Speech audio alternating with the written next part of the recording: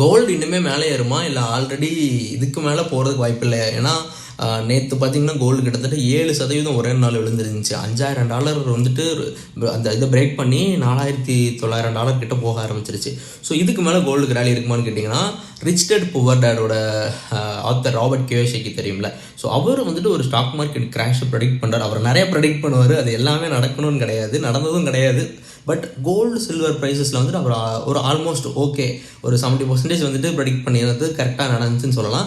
இப்போ என்ன சொல்கிறாருன்னா, யூஎஸில் ஒரு பெரிய யூஎஸ் ஸ்டாக் மார்க்கெட் 70% வரைக்கும் கிராஷ் ஆகும், எப்போன்னு தெரியாது, ஆனால் கிராஷ்னு ரொம்ப நாளாகவே வந்துட்டு சொல்லிகிட்டே இருக்கிறாரு.